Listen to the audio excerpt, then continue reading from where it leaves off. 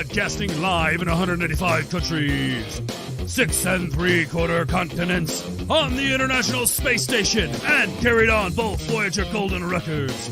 It's the Weekly Rumble, where we place 4 YouTubers in a cage with a live lion. Oh wait, that's not how this works? The Weekly Rumble, where we pit the wits and opinions of 4 YouTubers against each other. Well, chrisknight dishes out the points, or takes them away. Without further BS, here is your host, chrisknight.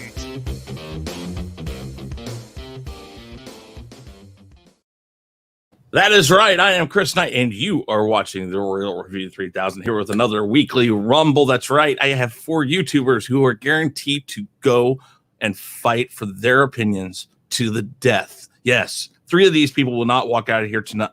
Wait, hold on. Oh, sorry, wrong show. Haven't got to that one yet.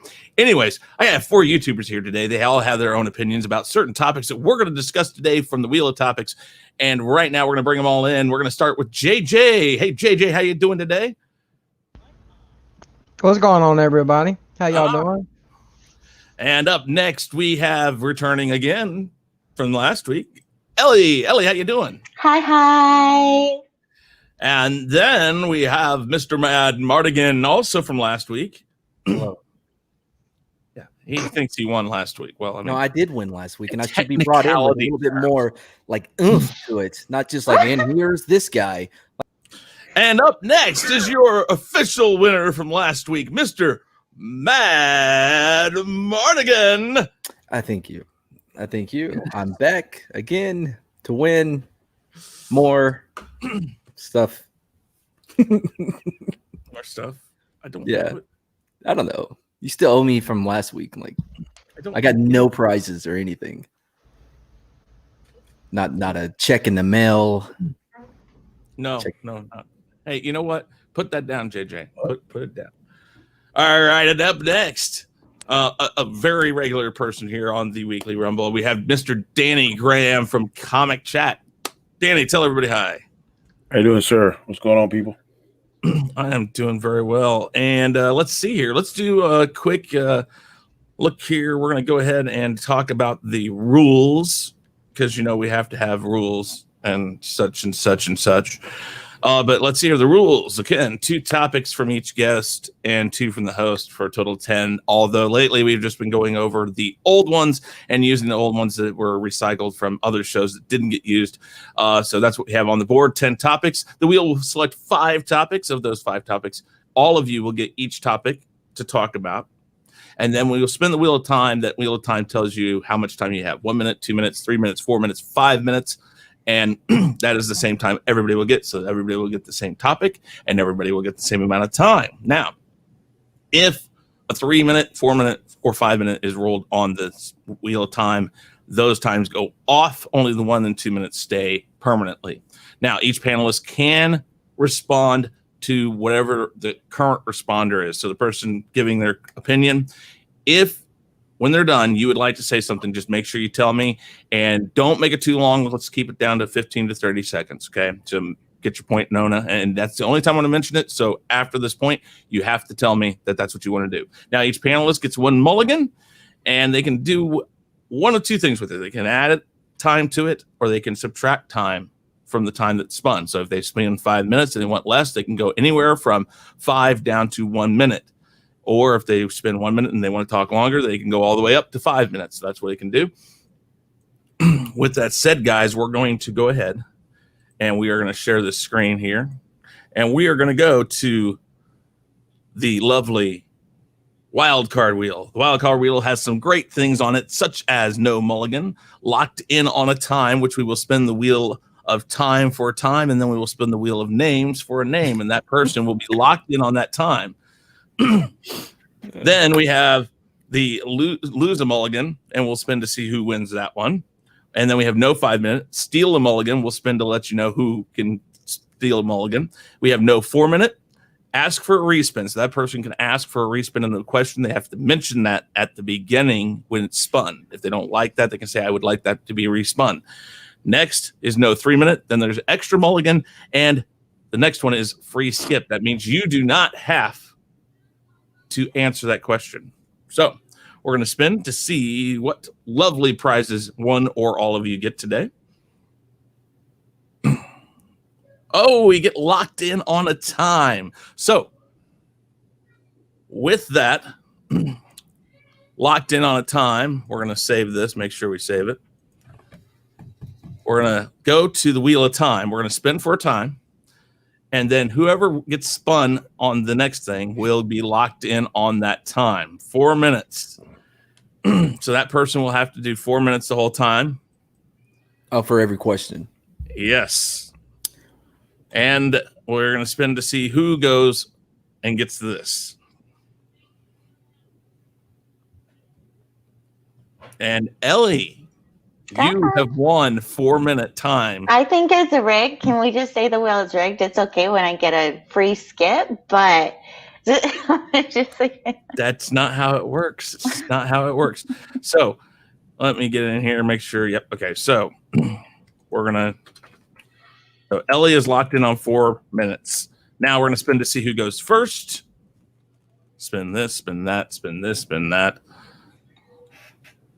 I have a question real quick. Okay, hold on just a second. JJ, you're going to be going first today, so it's going to start from JJ and go down, which makes this really easy.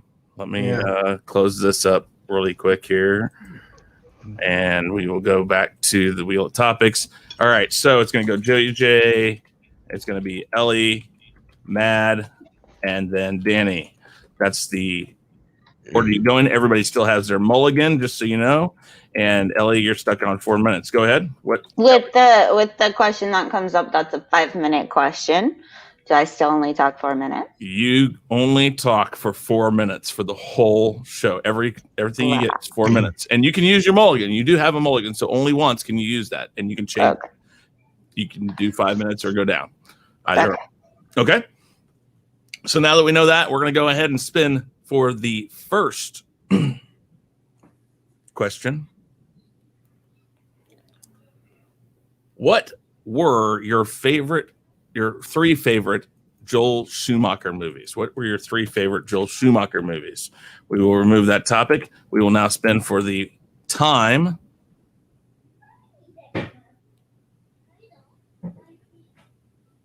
And we are on 2 minutes. So everybody gets 2 minutes. I will put the question in the chat. And we will bring up the timer. All right, so 2 minutes is going to be on the board. JJ, you're going to start. We'll make sure we go to 2 minutes. And are you ready? Yeah, might as well. I'm going to have to blabber on a little bit, but let's do this. All right, three favorite Joel Schumacher movies, and go. Well, to start with, I've only seen 3 Joel Schumacher movies, so there you go. But my favorite of those 3 was The Lost Boys. And then the last 2 Batman movies, which aren't all that great, but that's all I've got to compare to. They weren't the best in the world, but hey, they worked. Batman Forever, Batman and Robin, whatever. I got to sit down and have a good laugh out of it, regardless of how good or bad it was. Because anybody that knows me I've said this before, time and time again, it's just a movie. It's just entertainment. So I digested it the best way I knew how. The Lost Boys, man, I'm gonna tell you what. As far as favorite movies, there's like really only a few. That's not Star Wars. So The Lost Boys is one of them, next to The Crow. It's like, but that's not a Schumacher movie, but still, you understand where I'm going with this, man. Great movies. Going to Santa Carla, finding out about the vampires and the crazy ass grandpa that knew all along but didn't want to say shit about it. I thought it was hilarious, but it was a good movie, and the soundtrack was phenomenal. But then again, who can forget Arnold as Mr. Freeze? So yeah, not a memory I want to cherish, but it's there. But Tommy Lee Jones did great with Two-Face. I thought, but And they couldn't have found a better character to play the Riddler than Jim Carrey. Get the fuck out of here. Hey, this is my time. Deal with it. Deal with it. The movie sucked. Yes, I'm just pointing out the good things about it. All right. I'm giving you 12 points for the 2. Get the F out of here. I'm gonna give you two extra points. I'm gonna give you a total of 12 because that was beautiful.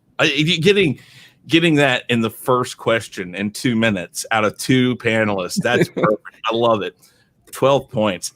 All right, Ellie, Miss Ellie, you have 4 minutes because I was so gracious to give you the 4-minute time. I am ever so grateful. Yes. I know. It should be cherished by you. I don't give gifts like that to everybody. All right, 4 minutes is on the board. Your 3 favorite Joel Schumacher movies, and time starts now. Okay, so I just want to lead out with saying so many amazing movies. I'm sorry, like I know JJ was he hasn't seen a lot of them or anything like that, but so many amazing movies, especially throughout the 80s and the 90s. Like loved a lot of them. With that being said, because JJ ended on Batman and Robin, I was going back and forth between Batman Forever and Batman and Robin. And I'm going to be real honest. I had to choose Batman and Robin. And it's okay. So I don't know. My taste is weird. My sense of humor is weird. I don't know, but I loved Arnold. I love Arnold Schwarzenegger in general, but him as Mr. Freeze, that was just you just don't like girly man. You like big Hulk man. Yes. No, it was so much fun. It was his character was just so much fun. Yes, Two-Face was great. Jim Carrey is I really enjoy those. Those are the Batmans that I love. Now I can't think. Danny DeVito is the Penguin. Like those are the kind of Batmans that I really love and cherish more than the really cool, awesome ones coming out. And so, definitely wanted to get that out of the way as one of my favorites. I'm just that dorky person that loves that. My next favorite was definitely Phantom of the Opera, and it has to be for many, many reasons. The biggest one is that I'm a musical nerd.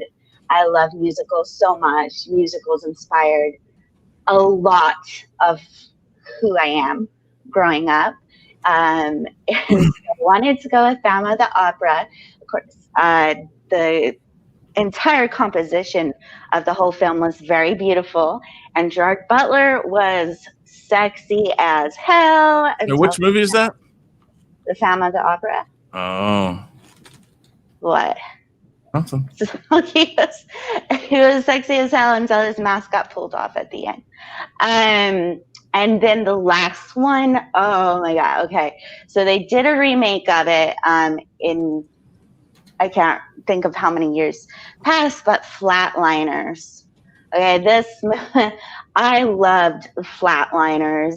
When I saw this movie, I saw the remake, and there are different types of concepts. They made the new one a little bit more scary, but I loved this. It was the 80s, right? It was either the 80s or the 90s that this version of Flatliners came out, and I just loved it. We have I can't think of any of the actors' names right now for some stupid reason, but we had a lot of big names in there.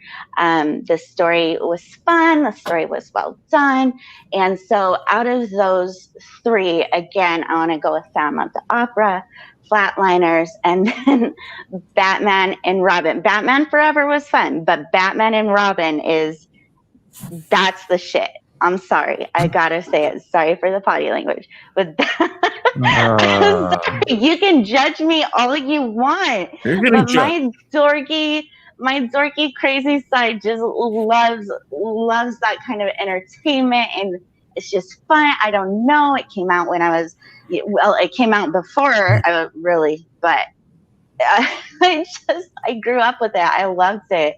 And if that gives me the L, it does, but there it is. Well then, wow. Okay, well, I'll be nice to you. I'll give you 10 points because you actually admit to liking Batman and Robin, which is dangerous. I love that. Okay, I'm sorry. That's crazy. Give me a second, real quick, Danny. What makes you think I'm on drugs, man? Have I give something away that I'm on drugs? Tommy Lee Jones, awesome Two-Face. That is a severe indicator that you're on some type. Okay, all right. But like I said, I resemble that remark. Okay. All right, Mad. You have 2 minutes on the board. 2 minutes on the board, and your time starts now. I'm not a Joel Schumacher fan whatsoever, but I feel so sad for him right now that y'all, when you think of him, you're like, oh, Batman and Robin. Yeah. No, oh my God. Listen, first of all, the best movie that he has ever done is Falling Down. Period. Thank you. Period. I mean, there's nothing I could say about that movie that a critical drinker hasn't already said in a beautiful, it gives a fantastic breakdown of that movie, which you all should. That was Michael Douglas, wasn't it? Mm-hmm. Yes, Michael Douglas. Yes. Yeah, I saw that movie. Oh, damn. I didn't know that. My bad. Yes. Yeah. Falling Down is Joel Schumacher's, like, it's his best, period. And after that, I had Phone Booth. This actually came into my number 3. It's great. It's so claustrophobic, and you had Irish kid doing his thing. I don't know why I just forgot his name, but it doesn't matter. That was great. And then for me, it was a toss-up, not between Batman and Robin and fucking Batman Forever, but between A Time to Kill and The Client, both being Joel Schumacher movies. Mm-hmm. I rewatched last week. I rewatched The Client, and it did not hold up for me as well as A Time to Kill. And I think A Time to Kill wins simply because I was going to do the Sam L. Jackson line, but I'm not going to. But A Time to Kill. I'm glad I killed him, but I hope he burns in hell. There you go. So Falling Down, A Time to Kill, and Phone Booth are his 3 top movies. And what's your favorite of those 3? Oh, Falling Down. Cool. Dude, I could watch Falling Down time and time again. Absolutely. Think about it. Think about it. I guess that's my time, but yeah, that's great. No, it'll be fine. I will. Let's see here. I'll give you 12 because thank you. Falling Down, and A Time to Kill, man. Those are rock solid right there. Okay, all right, hold on. I call bullshit. He didn't even go the full time. There was like 3 seconds left. Okay, fine. I'll give him 1 extra point. All right, up next, Batman is and Robin. Danny. 2 minutes is on the board. Your time starts now. Okay, I'm gonna have mercy on Ellie since she's a stranger to me and a female. I don't like to take out females. But go ahead. JJ, you need to be shot, whipped for thinking that Tommy Lee Jones was excellent Two-Face in there. You are out of your mind. But I'll get back to that later. Time to Kill, awesome movie. I could watch it over and over and over. I think that it holds up very well. Samuel Jackson is one of my favorite. Matthew McConaughey first off in there. Kevin Spacey, dynamic cast. It's one of my favorites. I just watched it a couple weeks ago, and I still love it. My number 2 is something that I grew up on. It's kind of like a mirror version of The Wizard of Oz. It's called The Wiz. Starred Pryor, Diana Ross, Michael Jackson, Nippy Russell. It was an urban version of The Wizard of Oz. When I first saw it, I was like, man, this is totally different from what I really grew up watching in The Wizard of Oz. But I still thought it was fantastic. I like The Wizard of Oz better, but The Wiz is good in its own rights too. Had a whole different feel to it. But and the last one to me is Lost Boys. Lost Boys is awesome. First vampire movie that I really fell in love with. Kiefer Sutherland started off in that. I think Corey Feldman, the other Corey Haim, I think his name, the granddad, the mom, how the head vampire was trying to recruit other vampires through his sons, or through Michael. He try to get Michael. I can't think of the other brother's name. And then David. kind of like the Sergeant Vampire movie was awesome. It still holds up. I agree with JJ. The soundtrack was awesome. So those are my three: Lost Boys, A Time to Kill, and The Wiz. Very good. See, I had to go to IMDb to look and see what Schumacher did. I didn't see The Wiz in that list because I seen The Wiz too, and that was a good movie for seeing it as a kid. That's just odd. Yeah. Well, maybe I just looked past it. Yep. I'm sorry. I was just scrolling through it. My bad. Then, No problem. all right. So let's see here. I'll give you 12 points because bringing out The Wiz, man. That's or actually, 11 points. I gave you 11 points. That's what I gave you. Yeah. So let's see what our next topic is, guys. Remember, after the third topic, we will stop and let you guys talk about yourselves and pimp out whatever you want to pimp out and do all that fun stuff. The next one is why do shows like Batwoman continue getting seasons even though they have horrible viewership numbers or horrible ratings? Either way.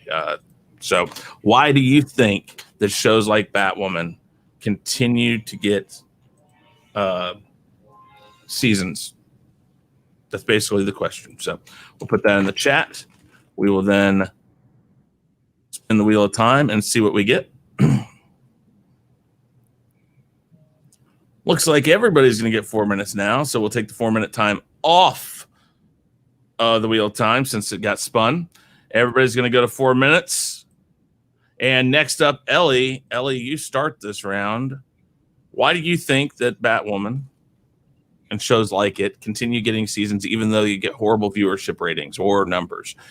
And your time starts now. So I'm going to start by saying I really don't understand or know all of the logistics when it comes to, ratings and things. I know how much people talk about it. And I know, basically I know how much people talk about it through social media. And there was a lot of review bombing when Batwoman happened and everything. And the more you talk about something, whether it's good or bad, the better it's going to do. But like you said, the viewership and those ratings are down. So the question is, why does it stay? It's really simple. In my opinion, it's the state of the world that we're in right now. It's going to keep getting season until we can wake up. So I basically, from my research, I believe that this was in part due to the C virus. I don't think we're allowed to say it on live stream, but the C virus. Shows like this that are kind of flopping are doing just well enough to stick around for money to keep going into them. I'm not really sure what money went into Batwoman considering the costume design and the scenery. We won't get into that. But at the same time, I believe everyone needs a distraction right now as well. So even if it's just 1 million viewers that Batwoman is getting, it's doing well enough for the state of the world at this current time. So even though it's absolute garbage, and I'm sorry, I'm being really mean, but even though it's absolute garbage, it's a distraction. And, they went with this whole gender flip and everything. And there's just barely enough to this show. There's just barely enough for it to keep going, in my opinion. There's this gender flip, this gender role flip, and people see that as, oh, okay, this is a little sophisticated, this is a little elevated. We took that dramatic plunge to turn Batman into a woman, which, and I'll get to that in a second because that actually really pisses me off too. But I promise you, once we get back to normal, or we achieve some kind of level of normal again in the world, people are actually going to start analyzing this and caring that the plot is ridiculous, that Batwoman is underdeveloped, and this is what I was talking about earlier, is she's being used as basically a stand-in for Batman, when there's so many possibilities that you could address things like expectations on genders and what it means to be a real powerhouse woman and be your own, even though she is technically taking over Uncle Bruce's legacy. Make it your own. And I feel like the writers were just incredibly lazy with this entire thing. And the reason it's staying on the air now, even though, like we said, it's only at 1 million viewers. The reason it's staying on the air right now is because it's just good enough for the times that we are in, for people to be okay with letting it run and go on. So, wow. Well, you know what? Anyone? Oh, I'm about to go, so I'm just gonna. Okay. Okay. Cool. All right. That's cool. I just want to make sure. No, well, wait a minute. Go ahead. I didn't know that. I don't know if Ellie knew this or not, but Batwoman was not a gender swap. There was an actual comic book for Batwoman. oh, okay. There was. Well, okay, but so my point kind of was bringing it onto the screen, though. You kind of got this idea that they tried to do a gender flip, Batman for Batwoman. No? Well, I mean, the way that they do it in the film. Some people saw it that way. Well, in the way it is in the show, I mean, they do definitely put Batwoman in there, and Batman and Bruce Wayne are nowhere to be found. So, I mean, it's not a gender swap, but it is a swap. And supposedly the way that they like to portray it is that she still exists. Yes. Batman still exists in this universe. Yeah. So, but go ahead. No, Danny, go ahead. It wasn't a gender flip or swap. It's just that he's taking a break for whatever reason. I think part of it was because he couldn't save, or he thought he couldn't save her sister, whatever it is, with his equipment, that kind of stuff. But it's not a gender flip or swap. Batman still exists. He's just going off doing whatever he's doing. I think he's going to come back. And I'll give you 10 points because on that show, but he's coming back. I'll give you 10 points because you do bring up a good point with the current state of the world. It's just a sad place that the current state of the world allows a show like this to be, as you said, just good enough when it's crap. Which, I mean, I can see your point. So, Matt, 4 minutes is on the board. Your time starts now. Well, I want to address one thing. The low ratings and how it's okay. It's being forgiven because of the state of the world, because of that thing that we apparently can't talk about. That's absolutely wrong. It should have higher ratings. It should be a bigger disappointment because it doesn't have ratings, because everyone is sitting on their ass at the house. Why aren't they watching it? Because it's garbage. All right. The only reason why it's staying on, well, there's a few. One reason being that it's cheap, not like reality TV show cheap, but it's cheaply made, so it's not costing them a lot of money.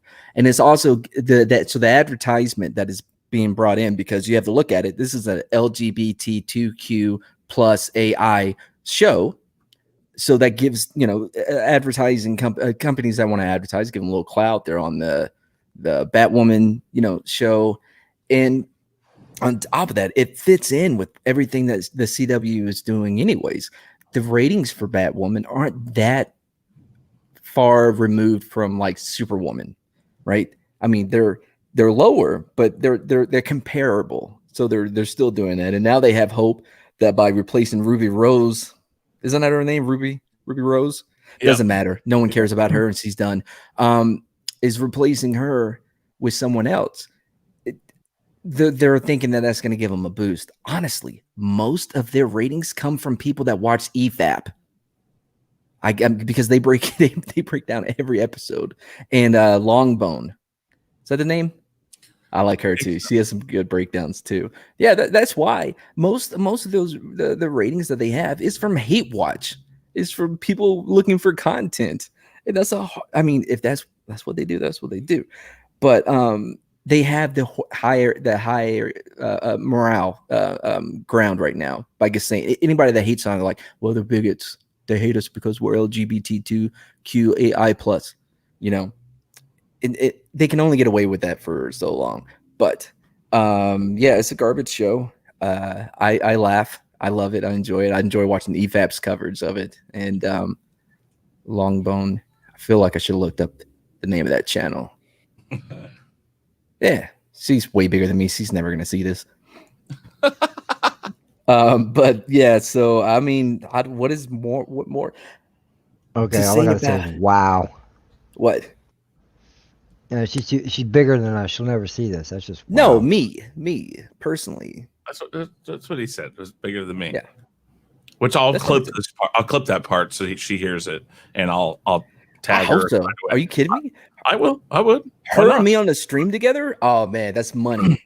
I'd love to get her on a stream like this and you with her. That'd be great. Keep going. Oh, she's fantastic. What about Batwoman? Batwoman sucks. You got 1 minute. You know what my favorite part about Batwoman is? Oh, here we go. The weird shaped head. No, the head. Her head in that helmet, even without the wig thing, what are you doing? What is this shape that you're going for here? Why is her mouth open so much? You know, like that chick from Twilight with her mouth always open. Is that a thing that they teach somewhere? Why is that acting? Because who taught this? I don't ever remember seeing Al Pacino or Robert De Niro or Sandra Bullock or Glenn Close like ever just stand. But I thought you said you like me. I'm Batwoman. No one does this. Why? Close your mouth. The whole time I'm watching, close your mouth. Close it. That's all I want to. And how anyone can stand across them and have to be in the scene and not say, hey, you know, you've had your mouth open like the entire time. Because I blame Edward. Oh yeah. No. Oh my. 10 points for that. I love it. The tirade. Hey, Barber. Great. All right, Danny. I know you love talking about this show. Oh, all right. 4 minutes on the board, and your time, Danny, starts now.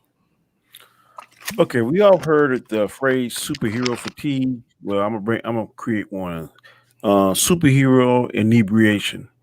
So I'm thinking that maybe people are starting to get inebriated with some of this stuff, and whatever I guess the CW or whatever channel or whatever streaming service serves as a superhero drink, people are drinking it, and some of them just can't tell the difference whether it's good vodka or bad vodka. Supergirl was definitely bad vodka. Something I've only took 2 swigs of, and then I stopped watching it. There's a movie that I love. It's called The Rat Pack. It stars Ray Liotta, Don Cheadle, John Mantega. And there's a scene in there when Dean Martin is talking to Sammy Davis Jr. He says, one day people are going to wake up, take 2 aspirins and say, what is all this talk about? He was referring to the Rat Pack. That's the same thing, unfortunately, that I think is going to happen to this superhero movie, superhero genre, which I hope it doesn't, because right now they are kings. It seems like everything that puts out CW, DCE, or Marvel is just making incredible amounts of money. But one day, unfortunately, this is not going to be the norm. And shows like Batwoman is going to hurry up and make it even faster. I hope this next person that they have as Batwoman will do better. I'm telling you, I have a channel that is primarily talking about this kind of stuff, but I could not talk intelligently about Batwoman because it sucked. I couldn't watch it. After the second, I think 3rd episode, I stopped watching it. So it was just that bad. Now I'm currently watching Stargirl, which is phenomenal. I don't know why they couldn't use the same writers or whatever they got on Stargirl on Batgirl and do something to it, because it's night and day, the material, special effects, everything else. I just don't understand whoever is the showrunner for Batgirl. Why didn't they do better? It's shame on them. I hope this, like I said, this new actress and whatever that acronym that Mad said is now, I can't remember that, LBGT, R2D2, C3PO, whatever. Yeah, I'm not saying to be disrespectful, but I just can't remember that long. But if that's the only reason why they're doing that, just to have some kind of something to hang their hat onto, then I think that's a poor reason because it's piss poor storytelling. Is a very iconic character. If you read the comic books, the Batman family is a kick-ass family. Everyone in that family is somebody you should fear because they are badasses, the males and the females, and they're making this particular character on the CW look inadequate. She don't know what she's doing. She's bumbling around. Her sister saved her a couple of times from getting killed. It's embarrassing. If I was Batman in that world, I wouldn't come back because she's making him look bad. So I don't know what the hell is going on. I don't know why this is being greenlight to get a second season. Hopefully they learn from their mistakes. Hopefully they listen to the fans. Hopefully they get a better actress that can do the part. Hopefully they got better writers. Because if they do anything like the first season, I won't be watching it again. So why they doing this to themselves, I don't know. Why they doing this to the Batman franchise, I don't know. But it's a real shame. And I don't know what the ratings are, but I tell you, I'll watch Supergirl, Black Lightning, and Flash anytime before I watch that piece of trash. And then go ahead and pimp out the one of these shows that you really are pushing right now. Oh, Stargirl. Stargirl right. is awesome. I'm telling you. I hear good things. If you watch it, you're going to be like, what the hell? Why the hell couldn't they have done this for all the shows? It is awesome. All right. I'm going to give you 10 points also. You're up to 21. So right now we got Ellie at 20, Mad at 21, Danny at 21. And now it's JJ's turn. So JJ, you got 4 minutes on the board to talk about your favorite subject, Batwoman. Your time starts now. Well, first off, I don't see how you could say that's my favorite because, yeah, I started watching Batgirl just because she was in a crossover, so I wanted to see where the show was going. But then I watched it up to Crisis, and I was thoroughly disappointed because I actually like most of the CW shows. But when I started watching this, I was like, no, what the hell is all this? I didn't like the outfit. Don't get me wrong. I'm a sucker for red hair all day long, but I didn't like the outfit. It wasn't batty enough, I guess. I'm not sure. It's comic book accurate, JJ. Well, I don't read comic books, so I can't argue with that. So It's not batty enough. well, you know what I'm saying. You look at Batman, you know that's just Batman. All right. To me, it was just like some woman wanted to dress up as Batman, and it failed. And she rode a motorcycle. Okay, what about the Batcycle? What about the Batmobile? What about all the other toys? You know, why not? You know, she's riding a damn Honda or a Suzuki or because I used to ride Harleys. That ain't no damn Harley. It's a pathetic show, and I don't understand why they would even greenlight a season 2. You know, with the beer bug going around, I just personally, I don't believe that had anything to do with it. I honestly don't understand why it happened. I don't know why the show happened. Okay, they took a chance and it failed. And I'm sorry, Danny, I still ain't got into Stargirl yet. I'm gonna start watching it and check it out. But Batgirl, man, I mean Batwoman, excuse me. You know, they would have done better with a Batgirl show because that was a viable character. Because there was no relation. Barbara Gordon, I think it was. But it just sucked. You know, I got 2 minutes to go and I don't know what else to say besides it sucks, it sucks, it sucks, it sucks, it sucks. And if I didn't mention it, it sucks. So, you know, that's not a real hair. It's Just- a wig. I know that it's a wig. Just so you know, It's a cowl on a guys, wig. just real quick, just so you know, Dandelion Fluff was asking if this was nominated for a GLAAD award, and it was. It was nominated for a GLAAD award in January of 2020 here for outstanding drama series. What? Well, here's the thing. All right, everybody What seems to have a pro. Go ahead, JJ. No, I'm just saying everybody's tripping out about all the ABC community representation. You know, I don't mind it as long as the story fits. But when they start pushing it down your throats, then it becomes a problem. You know, you could write a great story, movie, TV, whatever. If there's any part of the ABC community in there, great, as long as the story fits. But it's not like, hey, we got two women, let's watch them make out. No, that's just there's no need for it. Two guys want to get together. Oh, great, ain't no need for it unless the story calls for it. And Batwoman just seemed to push in all the wrong directions. So I honestly don't understand why they got greenlit for another season. Because personally, I don't pay attention to the ratings or the numbers, but I go by the quality of the show. And I loved Arrow. I love Supergirl and Legends. Batgirl sucked. Okay, I'm not a big fan of Black Lightning either, but it was better than Batgirl. It's just messed up, you know. Not you can't do that to me. You can't do that to me. I can't do that in this show. It's too much work. Come on, Danny. You have the right to your own opinions, and so do I. All right. Can I respond? Okay.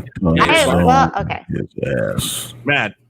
Yeah, I just want to say that if you want to see well-written superhero heroes that are female and who are part of the LGBTQAI plus community, check out The Boys on Amazon Prime.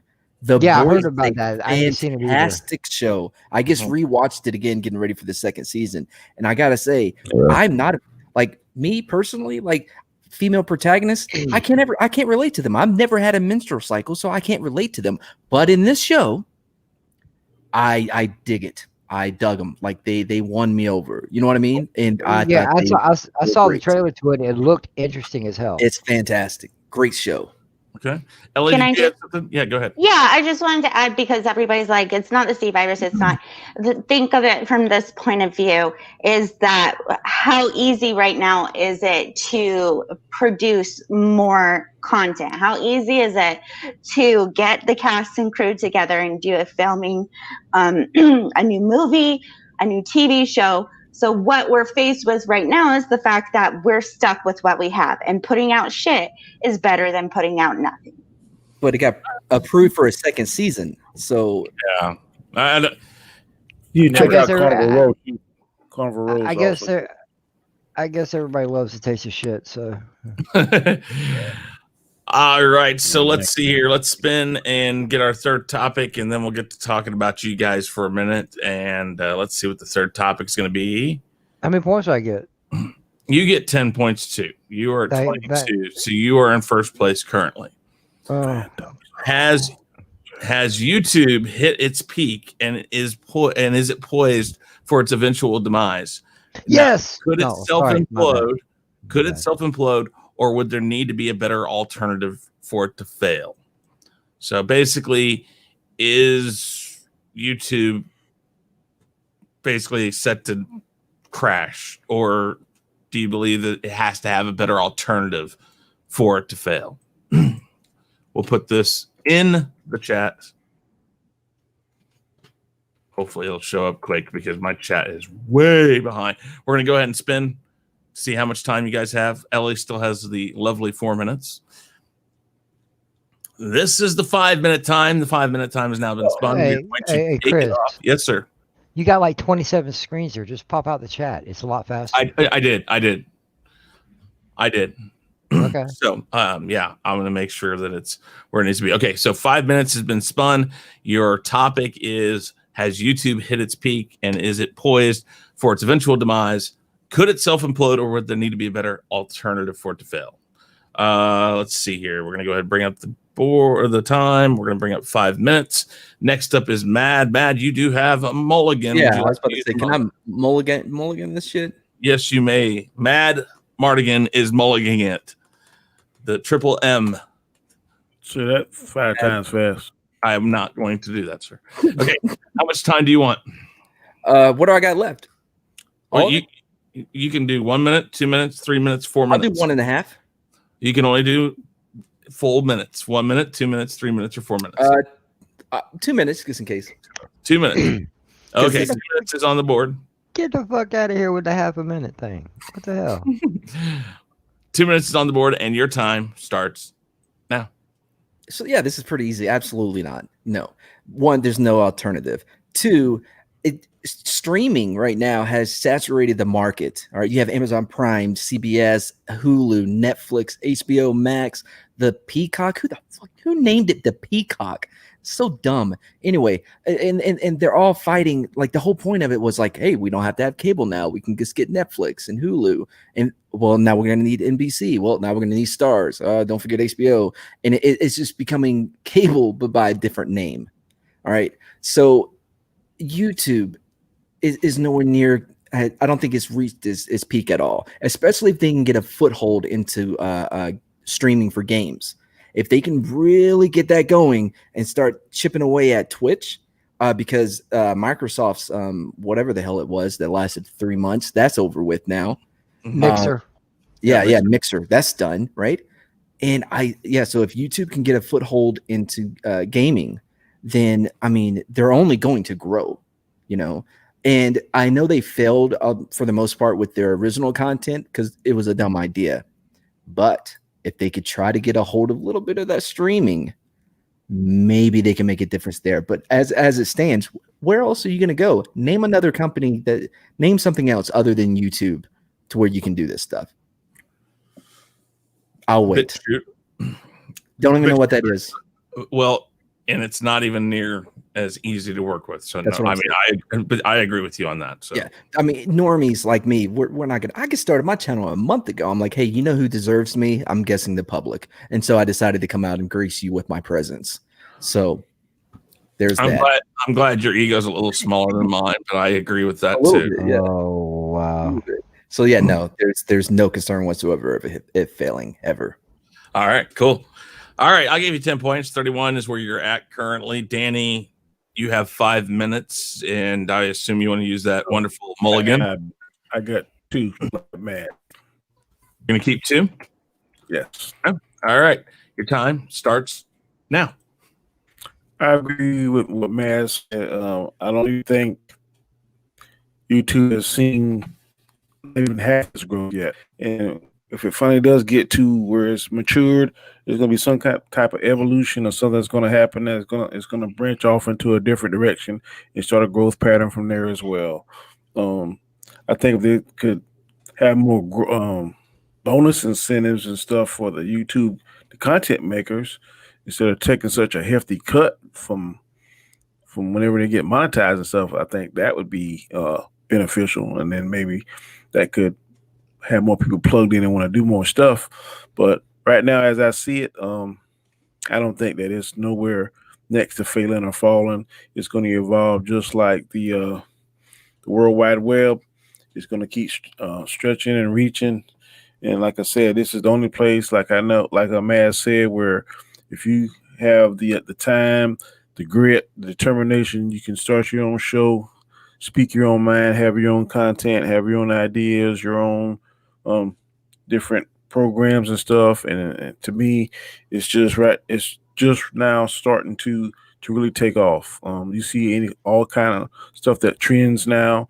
And one of the great things I like about it is that since I've been doing this for a little over a year, I have reached out to people and made friends and connections to people all over the country, all over the world. I don't see any other medium that I can have that easy, quick access. As right now, got people in Switzerland. There's 1 or 2 in Canada. Chris in Kansas. I'm in South Carolina. Terrence in California. Rob in Florida. I mean, I love that easy access, instant access. So I don't think YouTube's going nowhere anytime soon. Good points. Good points. 10 points to you. I'm in Florida too. I didn't know that, JJ, but now I do. Yeah, I'm in Florida too. All righty. So you got 5 minutes on the board, JJ. Would you like to use that mulligan? Yeah, just go ahead and keep it at 2 minutes. Let's keep it simple. Very good. And your time starts now. I'll kind of echo both Matt and Danny both, but at the same time, I've been here on YouTube on the camera for about almost 2 years, just a little over a year and a half, and I have to agree with him. I've met several people, several wonderful people. Some of them I've even grown to have feelings for. Chris, you're one of them, man. I consider you a good friend of mine. HanStar, God rest his soul, Mox Rocks. Yeah. It's Mecha Random 42, Mary Mayhem. Without YouTube, I wouldn't have met these people.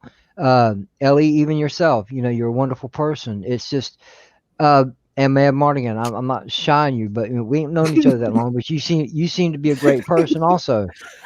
It just takes time, you know what I'm saying? Because I've been talking to these people for a long time now, and we've gotten to know one another, personal things about one another. But to get back to it, though, I don't think YouTube's hit its peak. I think it's leveled off at the moment because of the beer bug and all. Because when it started happening, they put it on autopilot. So when people start coming back and stop working from home, start doing things the way they should be done, the way they used to be done, I believe YouTube could be something completely and utterly different, another form of entertainment. Because I made a decision a couple weeks ago to just completely walk away for a little bit and take a break. But then the first thing I did, I sat down and what I do? I turn on my TV, YouTube, what's on? It's like it's right now. It's everybody's favorite TV channel. So. There's movies. You can watch cartoons. I was talking to Chris before the show started. I was watching the old 80s G.I. Joe. You can find all kinds of entertainment on here, but I don't think it's reached its peak yet. Okay. All right. Very good. 10 points to you. Now, Miss Ellie, would you like to keep your 4 minutes, or would you like to take this opportunity to use a mulligan? Yeah, I'll keep it at 4 minutes. You keep it at 4 minutes. Listen, just trying to show off, isn't she, guys? I'm curious to see what happens in 4 minutes. I am too. 4 minutes on the board. Ellie, take it away. Okay, thank you. Yes, so I didn't mean for it to be a C virus heavy topic day for me, but I would actually go to the extent of disagreeing with JJ to the fact that it has leveled off because of what he calls the beer bug. What has happened is this people being forced to stay home, to be in isolation. It is cause I have met more people in the past month or two online than I think I ever have in the past 5 years, to be real honest. So this is actually, people have flocked to YouTube. We get a certain type of personal connection with others. We find familiarity, we find comrades and peers, and YouTube actually has gone a lot bigger because of it. Now, as to something Danny was saying, there is proof. There's proof that YouTube is the best available to people like ourselves and to audiences. There's proof, and it's that they do basically abuse YouTubers who are monetized, right? They take 30% of your super chats or anything you make while you're here. And why can they do that? Because they're the best damn platform for what we want to do and what we're trying to do, right? YouTube is good enough. They can abuse us and take that much. So I would say that's the proof. The proof is in the pudding. The way YouTube can treat its users is that YouTube is far too easy, is far too familiar. It's been around so long for us.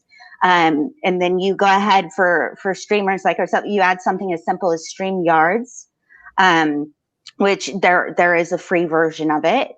And you add something to that, and it's easy. It's a couple of buttons. You just learn real quick. When I first got into this, I was so nervous because I'm not technologically inclined at all. Like I can't do shit with a computer, honestly. But this was easy. This was easy for me to grab onto, been able to start up a show, been able to create an audience and a platform. And YouTube is one of the best streaming services available for users like us. I'm going to be honest, I don't get Twitch. I tried to get Twitch for one of the content creators that I love.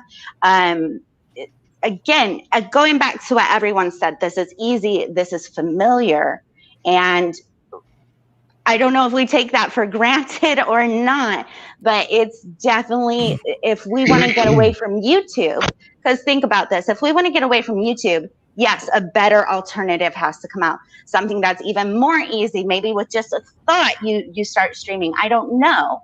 So not only does there need to be a better alternative, but then you have to take millions upon millions of people who have been glued to YouTube for years and years and years and have become comfortable with it and know it and are stuck with it. You have to convince these millions of users to suddenly migrate to something that's new and unfamiliar. Can YouTube do better? Yes. Maybe they start treating the users better. Maybe they go into like Mad Martigan was saying, they start going with some new streaming content or video games. They have so much opportunity to expand the platform. So yes, there. All right. 10 points will go to you. And let's do this. Let's bring the screen down. Go ahead. Yeah. Comment you said last part. Can YouTube, can something new pull people away from YouTube? If it's done right, you can, because if I'm not mistaken, Streamlabs was before, and I can't think of the other video conferencing. Zoom. Hangouts. That me and you and Chris and Sean used to do at first. Oh, I hate Skype. Yeah. But StreamYard totally. I mean, I'm Team StreamYard. Yeah, but StreamYard is a means to go to YouTube. It doesn't have its own product that it. Oh, but I would use that as an example. It was. Oh, but no. But with StreamYard, you can go to whatever platform they offer: Instagram, Facebook. Yeah, that's true. But I get what Danny's saying, to the extent of it was something new that came in, and people, I'm not sure, but people flocked to it quite rapidly or immediately. So how the hell did Skype let Zoom sneak up on them for this whole, like, this is the moment that Skype was built for, and people were like, who knows? I hate Skype. All right, guys. We're going to go ahead and let you guys go around and talk about yourself. We're going to start with the guy right to my technical left. Yeah. So, JJ, go ahead and tell everybody about yourself, where you can be found, all that fun stuff. Have at it. Well, everybody, it's your boy JJ. You can find me pretty much anywhere, but after tomorrow night, I'm going to be taking a little break. You won't see me on camera for a while. I'll still be in the chats. Be doing what I do. If I hold a wrench, I'll knock your ass out with it if you get out of line. But I'm gonna go back to being a chat rat for a little bit and just take a little break and just relax for a moment. And also, you can find me here on Twitter.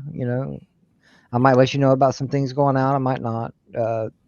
It's kind of a lottery. If you want, come check it out. And it's a pleasure as always, Chris. Thank you. No, not a problem. Okay, so do me a favor. Ellie, you go next. Mad, you go after her. And Danny, you go after him. I have to take a phone call really quick, okay, guys? So please. That'd be important. It is. It's from my mother, actually. Sorry. Go ahead, Ellie. Go ahead and tell everybody about yourself. Where you gonna be found? Thank you. Yes, I am Ellie with the Orville family. My content is all Orville all the time, but I do love being able to be a part of things like this and get to know about other fandoms. So I know he can't hear me, but yes, thank you, Chris, for having me on once again. My YouTube channel is the Orville family. I stream once a week, every Monday, 4 p.m. West Coast, 7 p.m. East Coast. If you're somewhere in the middle, figure it out. And hope to see you there. For me, I don't just give my channel out. You have to earn it. My content is not one to be given away. I like my subscribers to deserve what I give them. However, you probably can find it in the description. And you can follow me on Twitter at JC8420. I have links over there. And Chris, thank you. You're not going to hear this, so this is the only time I'm going to tell you. Thank you for letting me come on. It's been a pleasure and an honor. All right. I want to say I'm Danny. My channel is Comment Chat on YouTube. You can find me on Monday nights with Chris, Chaotic Conversation. We do that. We'll usually rank things, whatever tickles our fancy that particular night. Two, you can find us on the Chaotic list. I'll be on again Saturday and Sunday. On one show, Saturday is totally all we talk is sports. It's called Square One. Me and I have several guys on there that we talk about different aspects of sports. Chris was on there, I think, last week. Probably be on again. Then on Sundays, Chris show with us and our friend Nzo, Rule of Three, and we also have a show I do at 5 p.m. Eastern Standard Time called Equilibrium. I'm on there with 4 guys, and we talk mainly about Star Girl episode and anything that may come across. But thanks again, Chris, for joining us, and also Miss Ellie, I just subbed to your channel.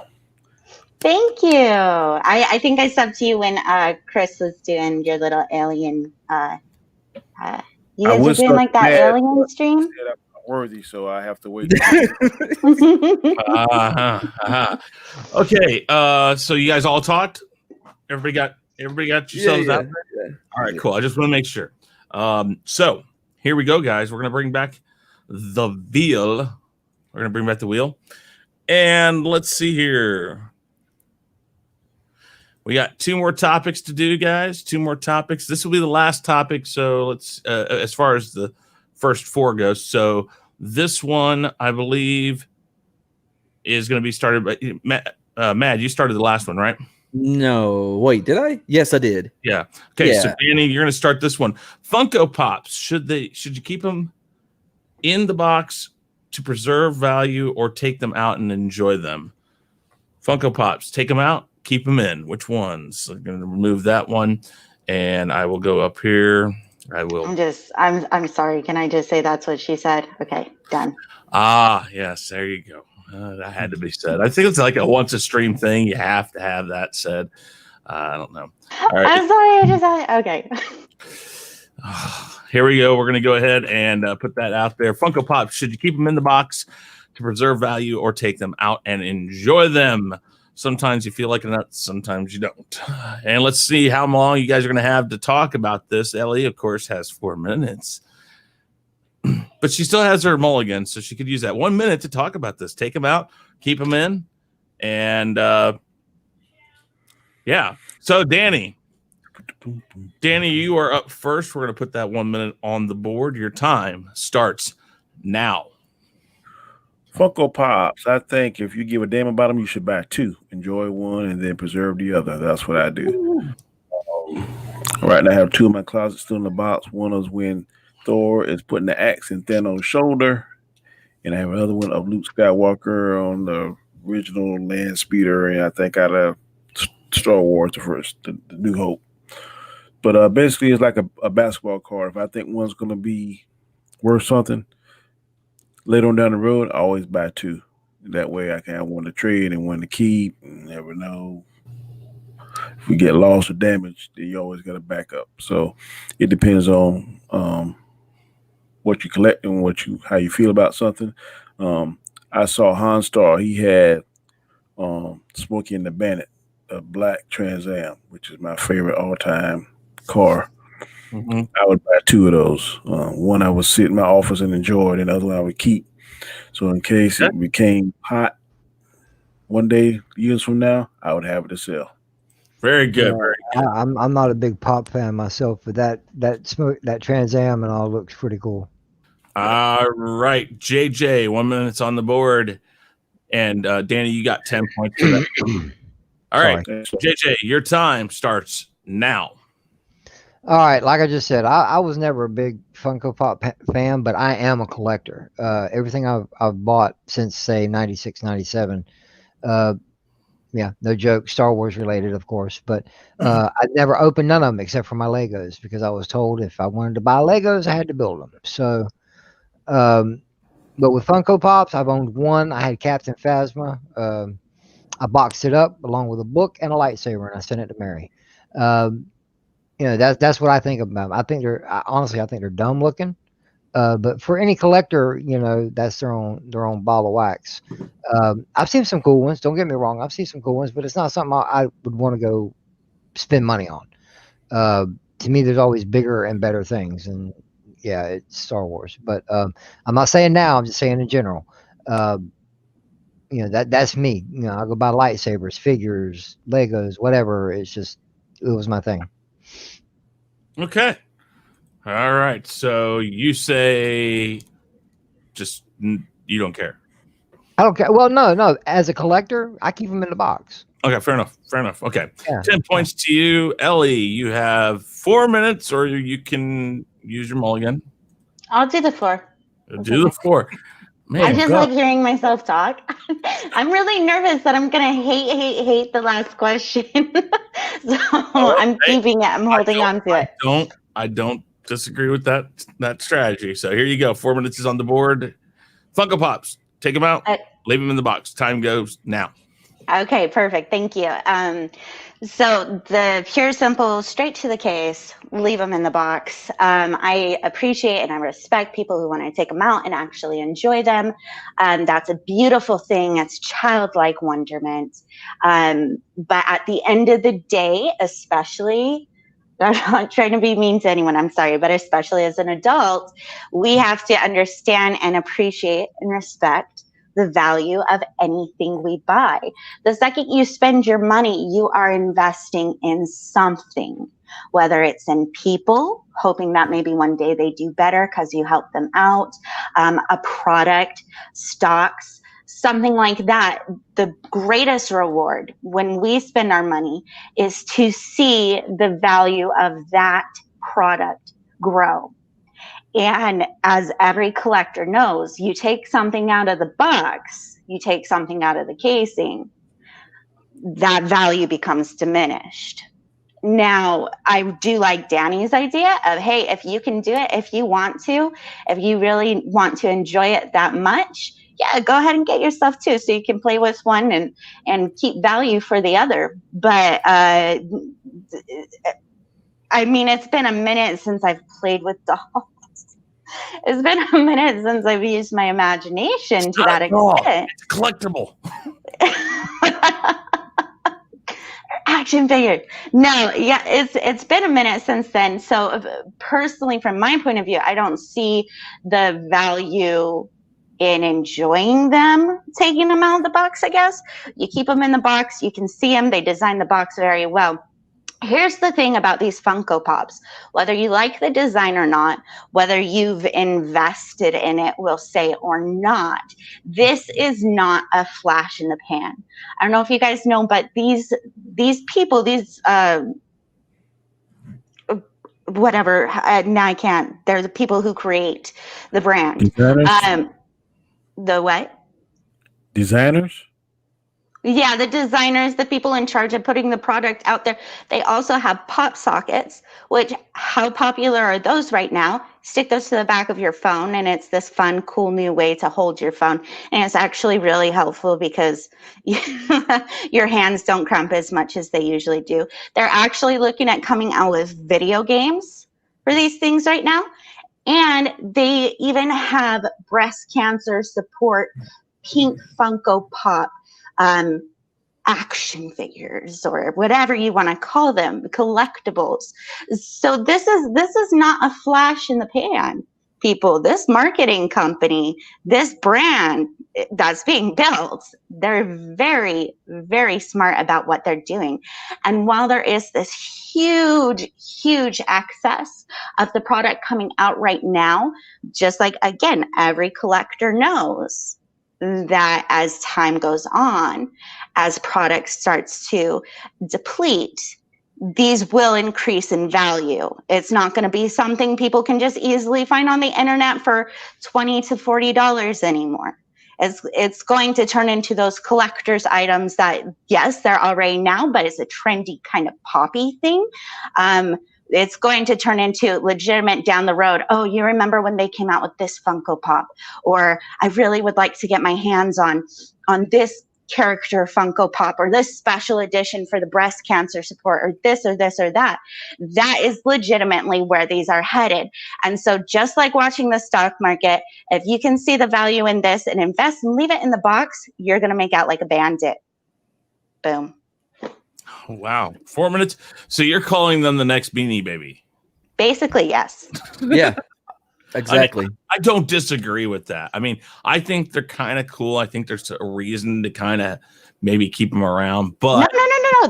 They're dumb as shit. Like, I'm just gonna say that. Like, I'm sorry to people who love them. They're dumb as shit, fine. but they're doing them well. That's the thing. I think that there's some of them I would be like, okay, that's cool, but I don't think I'd ever take them out of the box myself, because I do agree with part of what you said about when you buy something that it's an investment.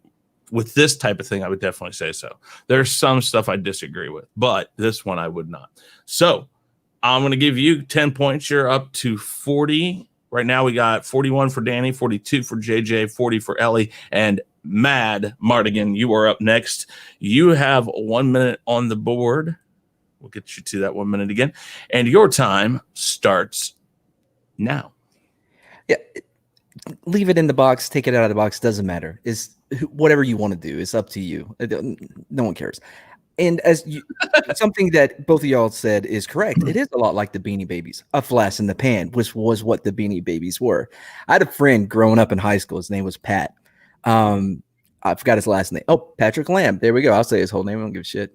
We don't talk. Anyways, but when we were growing up, his grandparents had an entire room of their house filled with Beanie Babies because they went all in on the Beanie Babies. Guess what happened? Beanie Babies, like the bottom fell out. The bubble burst, whatever you want to call it, right? But what was cool was every time like some chick like he was talking to, some woman or female that he was talking to, like birthday, Christmas, Valentine's Day, he'd just go in there and grab a couple Beanie Babies, put them in the pocket. Man, it was like free gifts for women like just constantly. But yeah, no, it's the next Beanie Babies. Cool. And it's a negative thing. Well, I mean, there's still some Beanie Babies out there that people consider rare and they're worth money, but the large vast majority of them, as many of them as they made, it's kind of like American money. The more you print, the more you print, the more you print. It's lesser and lesser value. It's only certain room. Exactly. No, I understand that. So I'm sorry. Please. I'm sorry. The question was, leave it in the box or take it out. I answered. You said I don't care. No. He said, leave him in the box. He did say that. I heard him. Okay. He did. I heard leave them in the box, take them out. I don't care. And he said, leave him in the box. Don't leave him in the box. Okay. It's an individual choice. And that's a choice right there. I just wanted to know his answer. I thought we were answering questions. The answer he gave was yes. Correct. Exactly. Can't argue with that, can you? Okay, guys, this is going to be the last topic. Let's go ahead and see who's going to start this round. Of course, JJ, you are off the. Yeah, I'm looking at the cost of some of these Beanie Babies. These things is $10,000. Some of them, but don't blow up my point now. Boom. I'm sorry. All right, Danny, you're going to start this next round. You're going to start the last round. Danny is going to get this question first. Let's go ahead and see what the question is as everybody braces. Is it really $10,000? Because I didn't call my boy Pat. Parents still got that room. Hey, buddy. You got a purple bear on there, man. That thing is all right. $1 on eBay. Do you think that properties like Deadpool and Predator will get proper treatment from Disney, i.e., when they allow the current writers to do what they've been doing with the properties? So that's your question. We're going to see how much time. First, what I'll do is I'll go ahead and throw that in the chat. We're going to see how much time you have to talk about it. 2 minutes, come on. I think Danny's voodooing it.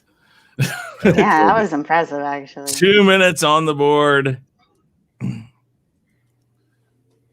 right, so this is the final question. Let's get the 2 minutes on the board.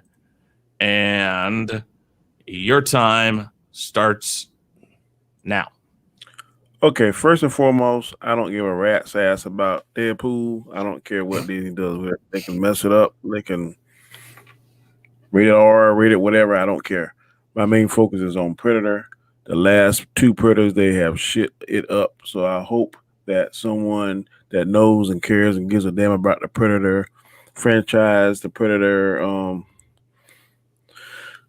storytelling will come in here and treat it like it should be treated. I like the first three Predators. We've had conversations on this several times. Me, Chris, Anzo, other people. Some like Predator 1 with Arnold Schwarzenegger. I'm leaning more towards Predator 2 with Danny Glover, but both of them were awesome. I personally like Predator 3. Predators with Adrian Brody, I think that's his name, played in it.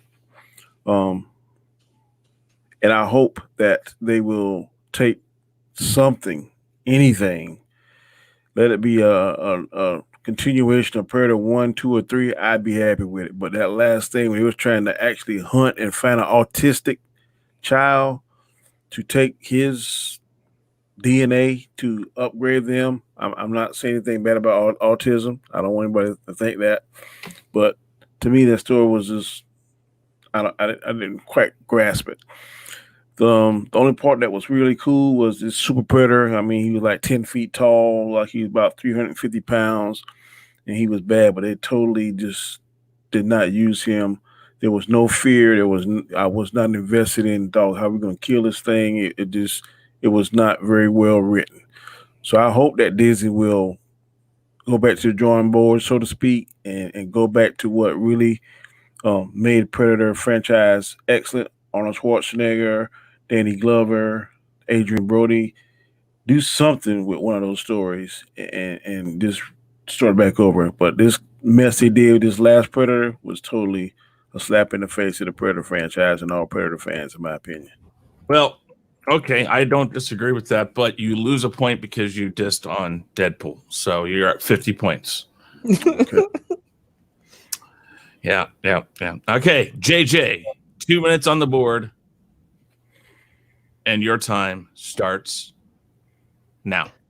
Well, my fear is that Disney's going to get their hands on it and screw it up. Don't get me wrong. I love Deadpool. I liked Deadpool 2. It wasn't as good as the first one. And I've enjoyed all of the Predator films. But you can't beat Predator 1 and Predator 2. You can't beat them. Predators, The Predator, could have been a lot better than what they were. Aliens versus Predator was okay. The first one was okay. The second one, not so much. So what? Go ahead, Danny. What? I said that they were shit. Yeah. Well, the first one was better than the second one. Just put it that way. And for Disney to go in and give it a proper treatment, come on, guys, really? Let's get serious. Disney ain't done that yet in the past decade or better. And I'm a Star Wars fan. I'm even talking about the Star Wars movies. They could have been a lot better and a lot greater than what they were. All 5 of them. I haven't seen Jungle Book or Lion King or any of the Favreau animated stuff. So it's like I hear people complaining about it all the time. So I just don't really pay attention to it. Yeah, they did a great job with Marvel, but that's soon going to be going downhill. Jungle Book was good. What was? Jungle Book was good. Well, see, I didn't see it, so I have no basis on that. But as far as Disney getting a hold and doing the proper treatment, I don't have no faith whatsoever because of, for one, the state of what Hollywood's in, and second of all, what Disney has done to a lot of our childhood favorites as of recent and in the past. You can't. I'm sorry, you can't do it. Okay. I don't think they'll be able to do it. Good point, Jay. All right. Well, I shouldn't have let Danny know what he got. I'm not going to let you know because here's the deal. Danny, I just had to tell him he lost a point because God knows I cannot stand that he doesn't like Deadpool. I'm sorry. This is a dictatorship. I didn't say I didn't like it. I'm just saying compared to Predator. Okay. Compared to Predator, it is a tall, stinky, fly-covered piece of shit. Okay. Oh Compared to damn! Man, I'm about ready to take another point away from you. After I the don't think he cares. I don't think he does. All right, Ellie, you got 4 minutes on the board. You still have the mulligan. Would you like? So I want to go ahead and keep the 4 minutes because I legitimately have a kind of sarcastic but legitimate question to start out. So you can go ahead and start my 4 minutes. Okay. And yeah, if this costs me points, then fine. But did I miss something where like Disney all of a sudden became? I know they merged with Fox Century and everything, but did I miss something where they suddenly became okay with like maybe shows parents can't watch with their kids? Did I miss that happen? Point. That's the point. Okay. Are they going to allow? Well, hell to them. Okay. I just wanted to double check and make sure because I remember like when I was a kid, Princess Diaries was the shit, and then Anne Hathaway was like, "I'm gonna do a grown-up film," and Disney was like, "We disown you." So I was glad that she did that film. Thank you very much. So I'm going to be opposite of Danny, and I'm going to focus on the Deadpool films because I'm seriously not trying to get brownie points. Loved Deadpool. Loved Ryan Reynolds as Deadpool. Loved the anti-superhero. Oh my god! And the first one and the second one, both really good. Like if I had to pick between the two, yeah, I'd say the first one, but the second one was still like, that was kick-ass. So Deadpool, if I'm feeding into the stereotype and everything, Deadpool is the one I want to focus on. So what happens to like an F-bomb every other sentence, like maybe 5 to 10 F-bombs a scene? I love someone confidently just dropping the F word, the sarcasm, fuck you, I'm going to do what I'm going to do. This is how I roll. If it's not the typical superhero, then you can get over it.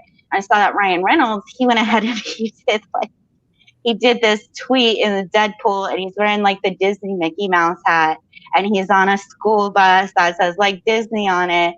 And he goes, first day of pool. I don't think I don't know. I can't speak for the writers, but they aren't going to get to do what they've been doing and what we love about Deadpool, unless you're Danny. They aren't going to get to do what they've been doing, going over to Disney, pure and simple. And it's kind of sad because Ryan Reynolds was saying he had all these really cool ideas about, because Deadpool's always kind of had that like sexual charge underlying in the surface, along with all his bad attitude. They kind of wanted to explore into that a little bit more and develop the character in provocative ways.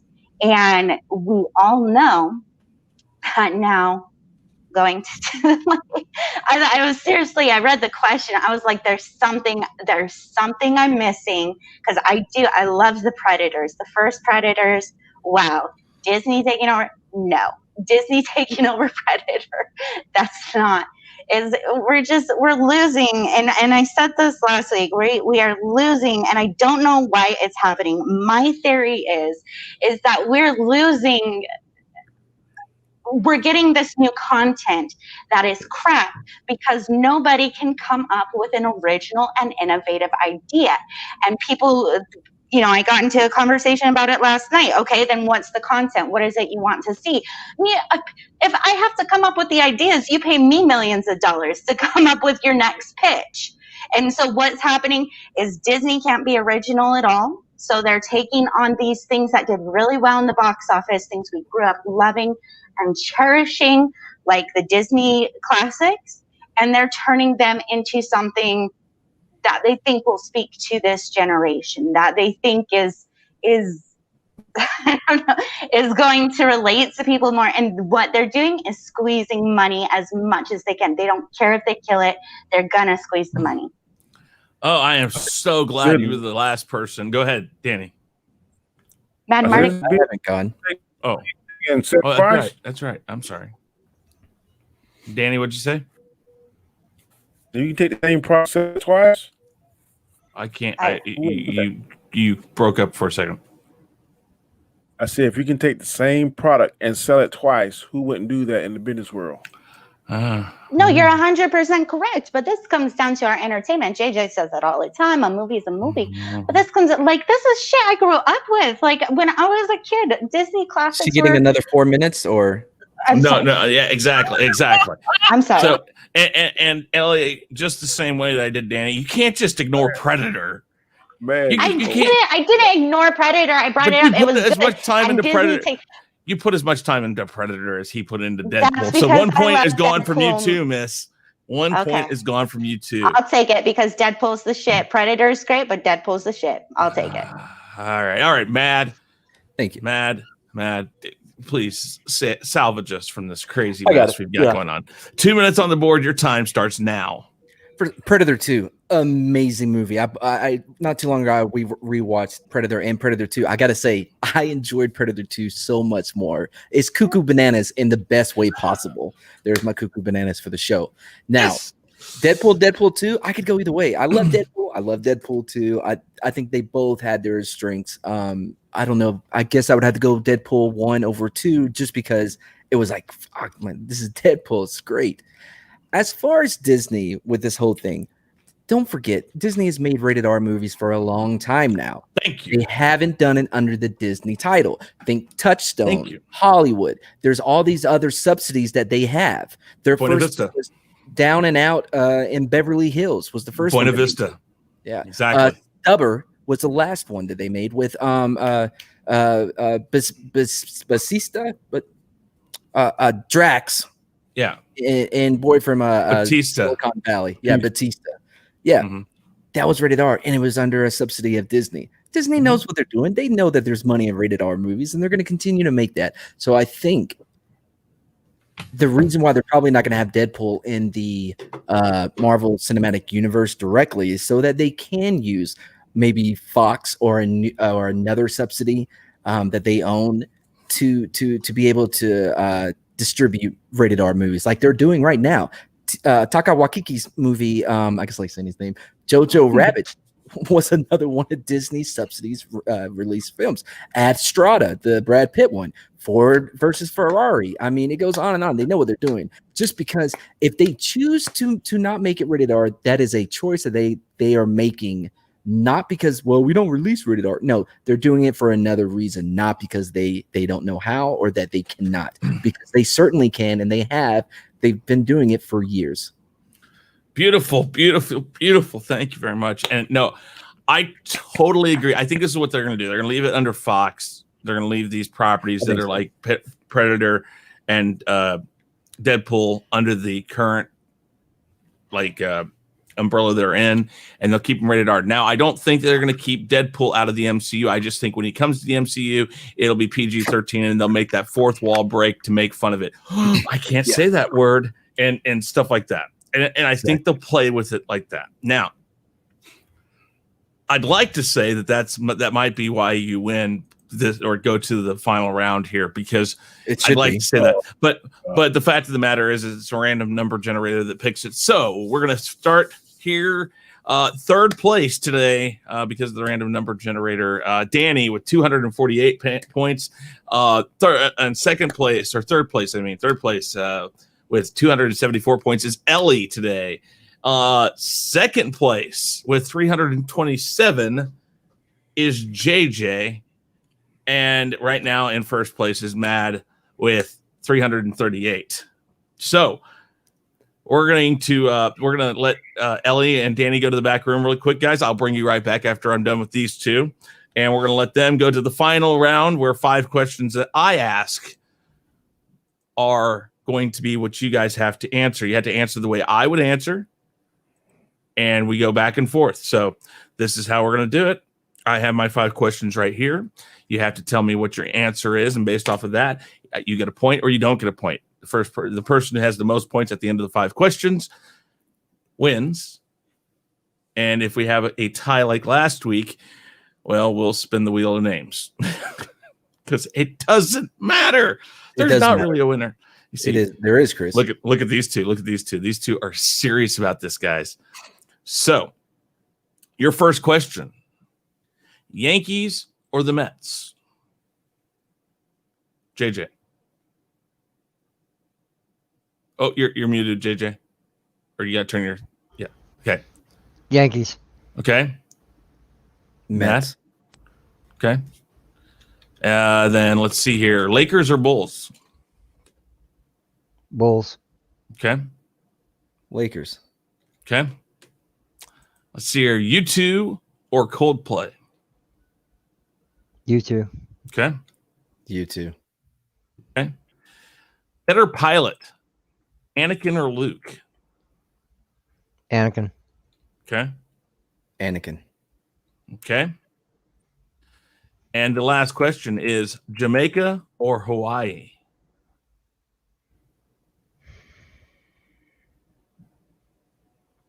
Jamaica. Hawaii. All right. The final tally is 5-3. And Mad, you have won again. Oh, look at the beautiful 5-3. Wait, how many questions were there? 5. And how many Yankees did I get are right? 5. All of them. Yeah. Hmm. Okay, so Yankees or Mets? Mets, because I mean I've hated the Yankees because they go against the Kansas City Royals and they have dissed and just totally trashed us for years, and it was so great to get George Brett and all those great rivalries back then. Lakers or Bulls? I'm always a Lakers fan over a Bulls fan. Bulls were like a set time. Lakers are here and they keep coming back. Continuous, yeah. U2 or Coldplay? I like Coldplay, but U2 because they are more original. Better pilot, definitely Anakin. Anakin, you could say Luke, but Luke crashes. I mean, and yes, Anakin has to, but typically it's for other reasons, not just because he loses control and swamp dives. That fog, man. That fog. Yeah, sure. Jamaica or Hawaii, both. Either one would have worked because, yeah. So, wow. Yeah, I lost that because I don't pay attention to sports. I don't care nothing about it. So I was guessing. Okay. Well, again, Congrats. Mad 2 in a row. 2 in a row, just like JJ. JJ, you're gonna have to kick his ass one of these times. You're gonna have to kick his ass. Hey, don't worry about it. I'll be back. I know you will be. Okay, so we bring everybody back. Let's go ahead and go around one more time and let everybody know about yourself and where they can find you and all that. And since Martigan won, we're going to start with Martigan. Mad, go ahead and start. As your reigning champion, I just want to say that it's a privilege and honor for for you guys, for me to be here to grace. Jeez. Wow. And if you want to be graced with more great content from me, we got Chris down Jr. on the rise. Anyways, let's go ahead and He sounds like the guy off of the Twilight Zone, Rod Sterling. go ahead and finish up. Oh, that's it, man. They got to earn my content. Just so you know, if you want to find Mad, his information is down in the description box because I'm awesome like that. I put everybody's stuff down there. Danny, I will be switching yours out though, since you took over for Nzo because Nzo had some stuff come up. We'll make sure we switch you guys out. So up next, let's go ahead and let now that he's down here, we'll let Ellie go next. Ellie, go ahead and tell everybody about yourself, where they can find you, and all that fun stuff. Okay, first of all, this was a lot of fun. Thanks for having me on again. We're best friends now forever, Chris, because you like the Lakers. Oh, you just got like a million brownie points. I didn't think about that. Purple and gold forever.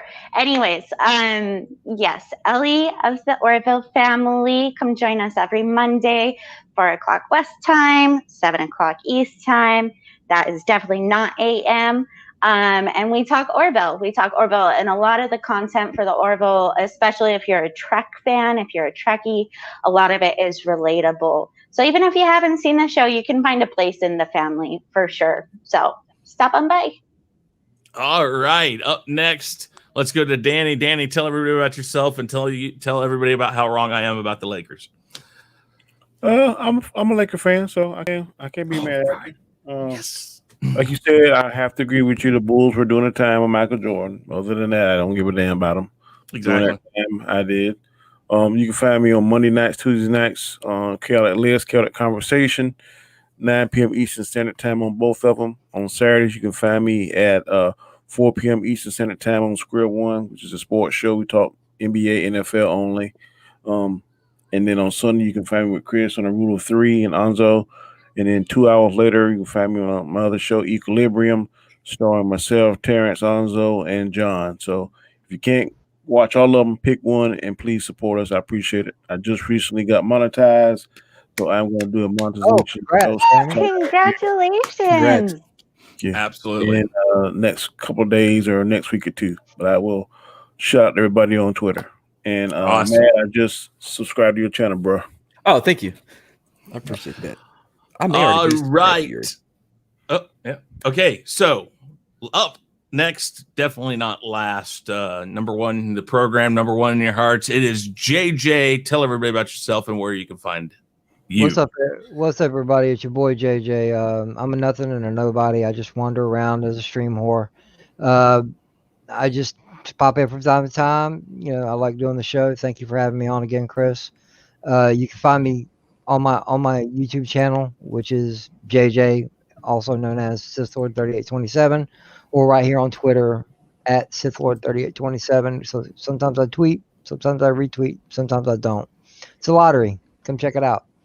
Thanks again, Chris. Absolutely. Okay, so everybody that's still in the chat, guys, thank you very much for showing up tonight. Make sure that you tell everybody about the show. We're here every Thursday if we can be. Sometimes things come up that we have to reschedule, but I want to thank every last one of you. We're almost to 3,000 subscribers here on the Real Review 3000. If you guys are not yet subscribed, we are 11 away. Please do me a favor. If you're not yet subscribed, hit the subscribe button. Tell other people about the channel if you like what we're doing here. And make sure you subscribe to all of my panelists. Again, all their information is down in the description box below. And with that said, guys, make sure everybody says goodbye. Goodbye, guys. Weekly Rumble. No, there's not a catchphrase. Well, I mean, I guess we could always, use Rumble. this one. Now, for the thousands in attendance and the millions watching around the world on HBO pay-per-view, ladies and gentlemen, from Mandalay Bay, Las Vegas, let's get ready to rumble! Hey guys, thanks for checking us out. Be sure to subscribe to both channels, and make sure to check out our friends in the Fandom Minutes. You can find us on YouTube, Twitter, Facebook, Instagram, and BitChute, and you can also send us an email at sean@seanstackhousereacts.com and chrisknight at therealreview3000.com. And be sure to swing by our Teespring store to pick up some awesome merchandise.